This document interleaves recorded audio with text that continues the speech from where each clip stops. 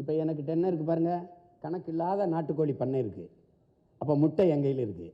கணக்கில்லாத ஆடு இருக்குது, ஆட்டுப்பால் இருக்குது, கறி என்கிட்ட இருக்குது. கணக்கில்லாத மாட்டு பண்ணைகள் இருக்குது. என் வளம் அது, என் வளம். அப்புறம் நானே பல ஆயிரம் ஏக்கரில் நாடங்களும் இயற்கை கூட்டு வேளாண் பண்ணைகளை உருவாக்கி வச்சுருப்பேன். அங்கே காய்கறி பஞ்சம் வந்துருச்சு, வெண்டைக்காய் விலையில் இந்த நம்பி சாப்பிட்லாமா? தமிழ்நாடு அரசு சொல்லுது, நம்பி சாப்பிடுது உன்னுடையது, என் பிள்ளைகளுக்கான உணவு, என் குடிகளுக்கான உணவு, ஒரு சொட்டு நஞ்சு இருக்காது, நானே வேளாண்மை செய்வேன். அப்போ என்ன பண்ணுறோம், இப்போ பள்ளிக்கூட வாசலில் வந்து பாருங்கள், முட்டை பால் எல்லாம் கொண்டாந்து வச்சுருவேன். இந்த உப்புமா கம்பெனி இல்லை நம்மது, உப்புமா கிண்டி போடுறது இல்லை, உங்களுக்கு புரியுதுன்னு நினைக்கிறேன். இந்த வாசலில் இந்த இருக்கும், அங்கே வந்து என் பிள்ளை சாப்பிடணும். ஐயா நான் முட்டை சாப்பிட மாட்டேன்னா விடு, அப்படியே அந்த வர உனக்கு எல்லாம் இருக்குது. என்ன பண்ணுவேன், முட்டை சாப்பிடலை அப்படின்னா அங்கே எல்லா பழச்சாறு இருக்குது, கேரட்டு வாழைப்பழம் எல்லாம் நான் எல்லாம் விளைய வைக்கிறேன், நானே விளைய வைக்கிறேன். முல்லை மருதம் நெய்தல் அங்காடி குறிஞ்சி அங்காடின்னு நானே 4 அங்காடியில் பிரித்து வச்சுருவேன். அங்கே இந்த சுகி சுமோட்டோலாம் அவங்க பாட்டுக்கு, நானும் சுகி சுமோட்டோ மாதிரி நான் போடுவேன் ஆளுகளுக்கு. உங்களுக்கு வேலைக்கு போட்டு என் பிள்ளையில் நீங்கள் அங்கேருந்து வீட்டிலேருந்து வர சோம்பேறித்தனப்பட்டு அழைச்சிங்கன்னா காட்டுவான் என் பிள்ளை. அதில் 1 கிலோ கொடுப்பா, அதில் 1 கிலோ உணவு கொடுத்துருவான். நாங்கள் வந்து இயற்கை சுற்றுலா இன்ப சுற்றுலான்னு 2 பிரிவாக பிரிப்போம். இப்போ மீன்னா பாருங்கள், இப்போ நில வேளாண்மை மாதிரி நீர் வேளாண்மையை கையில் எடுத்துருவேன். நானே மீன் பிடிப்பேன். அரசே பல ஆயிரக்கணக்கான படகு வாங்கி கொடுத்து என் மக்களை மீன் பிடிக்க சொல்லும். அவங்களுக்கு மீனவர் நலனுக்கு மீன் வைப்பகம் வச்சுருப்பேன். அவங்களுக்கு அவங்க பிடிக்கிற மீன்களை அரசே கொள்முதல் செஞ்சுக்கிறோம். அந்த நெய்தல் அங்காடியில் வச்சு அரசை சந்தைப்படுத்தும். உலக நாடுகளுக்கு அரசே கொள்முதல் பண்ணி ஏற்றுமதி செய்யும் தரமான மீன்களை. தமிழ்நாட்டு அரசு, தமிழ்நாடு அரசு இல்லை, தமிழ்நாட்டு அரசு ஏற்றுமதி செய்யும்.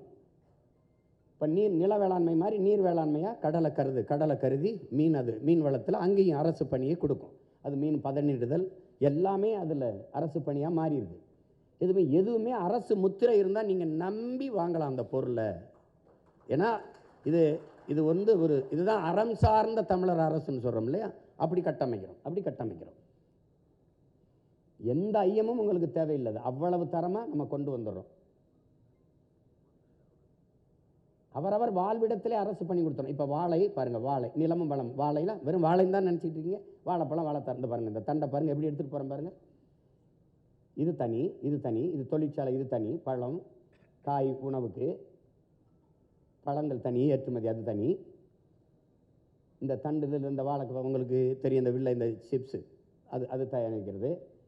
இதை எடுத்துகிட்டு போய் சாப்பிட்ற தட்டு, இந்த தட்டு பாருங்கள் பிளாஸ்டிக்கை ஒழிச்சிடறோம். இந்த தட்டு வந்துடுது பாருங்கள், பார்த்துக்கிட்டே வாங்க. இப்போ அதில் நார் எடுக்கிறேன். இந்த நார்லேருந்து வேட்டி விருதுநகரில் தயாரித்து என் மனைவி கூட இப்போ வாழையில் பட்டு சேலை கொடுத்தாங்க. அந்த பாருங்கள், அந்த சேலை அப்படி வாழை நார், வாழை பை, இந்த பிளாஸ்டிக்கை ஒழிச்சிடும், இந்த நெகிழி குலைமத்தை ஒழிச்சிட்டு எல்லாமே. வாழையில் எவ்வளோ பயன்பாடு இருக்குன்னு பார்த்து பாருங்கள். இந்த துண்டெல்லாம் அது வாழையில் நெஞ்சது தான், இந்த சேலையெல்லாம்.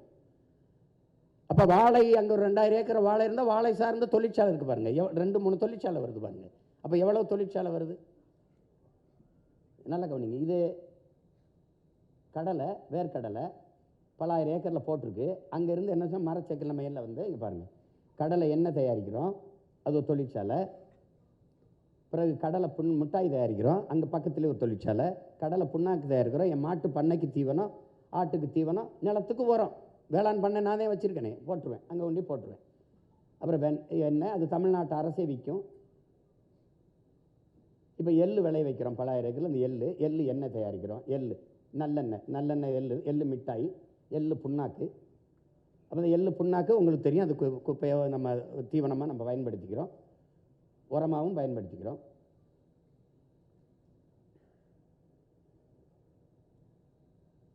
இந்த கற்றாழையை நீங்கள் கற்றாழைன்னு நினைக்கிறீங்க, அதுதான் மிகப்பெரிய இந்த முகப்பொழிவூட்டும் அந்த சாறுகள் இதெல்லாம் தயாரிக்கிறதுக்கு இன்றைக்கி பெரிய சந்தையாக இருக்குது. நீங்கள் ஒவ்வொன்றும் போட்டுக்கட்டினா வந்து கொட்டாங்கச்சி பல ஆயிரம் ரூபாய்க்கு போகுது, அடுப்பு கறி பல இதுக்கு போகுது. அப்போ அதெல்லாம் எதில் பொருளாதாரம் இருக்குதுன்னு தெரியாமல் சாராய பொருளாதாரத்தில் நம்மளை சாகடிச்சிக்கிட்டு இருக்கு இந்த அரசு. போங்க. இப்போ தேன் பண்ணை வைக்கிறேன். எங்கெங்கே பல ஆயிரம் ஏக்கரில் விளைநிலம் செய்யும்போது நான் பூக்கள் நிறைய வளர்த்து அங்கேயே தேன் பெட்டிகளை வச்சு நான் தேன் வளர்ப்பேன். அது அரசு பணி தான். எப்படி வேலை செய்கிறாரு பாருங்கள், தேனீக்கள் வராமல். அதுவே ஒரு பாருங்கள் எப்படி கொண்டு வரேன் பாருங்கள், தேனை எப்படி எடுத்துக்கிட்டு வரோம். எது ஒன்றுமே உங்களுக்கு அரசு தந்துரும்னு சொல்கிறேன். அந்த நிலமும் வளமும் சார்ந்த தொழிற்சாலையில் எவ்வளோ வேலை வாய்ப்பு இருக்குன்னு பாருங்கள். சூரியகாந்தி பல 100 ஏக்கரில் இருக்குதுன்னா அங்கேருந்து நம்ம தேன் தயாரிச்சிக்க முடியுது. சூரியகாந்தி விதையை எடுத்து இப்போ பாருங்கள் எண்ணெய் கொண்டு வரேன் பாருங்கள், எப்படி எண்ணெய் வருது பாருங்கள்.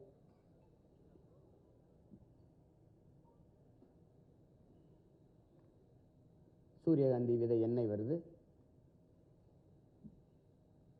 இப்போ தென்னை சார்ந்த தொழிற்சாலை எங்கெங்கே இருக்குது? பொள்ளாச்சியில் இருக்குது, இல்லை நாகர்கோவில் இருக்குது, கன்னியாகுமரியில் அது அங்கே தொழிற்சாலை. அப்போ தொழிற்சாலைனா அங்கேருந்து நீங்கள் தேங்காய் மட்டும் இல்லை, அதிலிருந்து இளநீர் பதப்படுத்துவது, மதிப்பு கூட்டி அதை கொண்டு போகிறது, தேங்காயிலேருந்து தேங்காய் எண்ணெய், தேங்காய் மிட்டாய், தேங்காய் பிறகு கொட்டாச்சி, அது இது, அப்புறம் தேங்காய் நார் பின்னுவது, அப்போ அதிலிருந்து தென்னந்தட்டியில் பாய் பின்னுவது, விளக்கமாறு எடுப்பது. இப்போ சீனாவில் பிளாஸ்டிக்கில் என்ன பாருங்கள் நார், இந்த கயிற்று கட்டில் இருக்கு அமெரிக்காவில் 40,000 ரூபா இந்த கயிறு, அது போட்டால் உங்களுக்கு நம்புவீங்க. பாருங்கள் எவ்வளவு வேலை வருது பாருங்கள் அங்கே.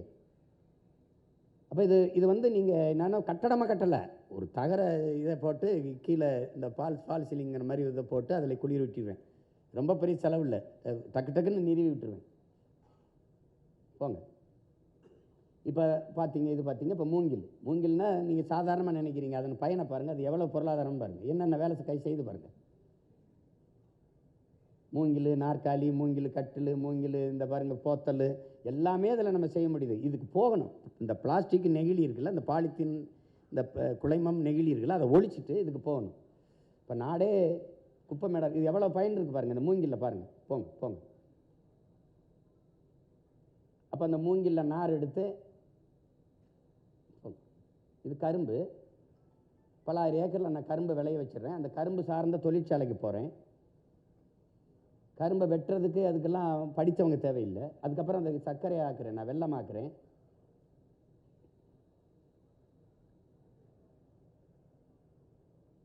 அவங்க என்ன சொல்கிறாங்க, வெளிநாடுகளில் இருக்கிற நம்ம பிள்ளைகள் வந்து அந்த கருப்பட்டி வெள்ளை கட்டி மாதிரி இருக்கிறத விரும்பலை, அச்சு போல் இருக்கிறத விரும்புகிறாங்கன்றாங்க. நான் அந்த அச்சை மாற்றிடுறேன்.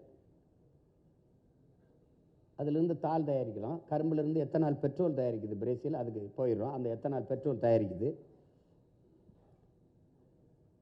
அது பிரேசில் தொழில்நுட்பத்தை பின்பற்றிக்கிறோம்.